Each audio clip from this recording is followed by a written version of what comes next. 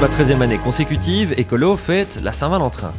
Des centaines de militants et de mandataires écolos étaient présents à l'Aube dans 120 gares et stations de métro pour remercier les navetteurs qui prennent les transports en commun.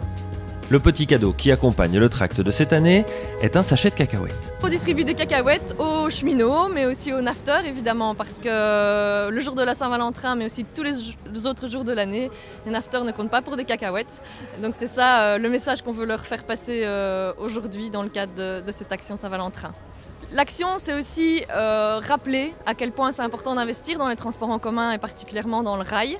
Et donc c'est ça le message qu'on veut faire passer évidemment dans ce cadre. Et donc effectivement, les investissements ne sont pas nécessairement suffisants ou bien orientés pour permettre une ponctualité satisfaisante, des places assises et une sécurité optimale. Mais si Écolo fustige le manque de moyens accordés au rail par le gouvernement fédéral, il formule aussi une série de propositions. Aujourd'hui, il y a un manque criant de transport en commun. Si on veut que les voyageurs délaissent la voiture et volontairement viennent sur le train, il faut leur proposer une offre beaucoup plus importante, des trains plus tôt le matin, plus tard le soir et beaucoup plus de trains à chaque heure. Ça, aujourd'hui, ça n'est pas possible.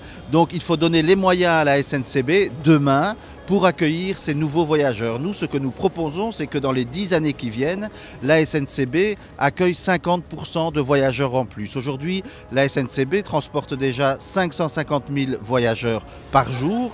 On veut passer à 275 000 voyageurs supplémentaires.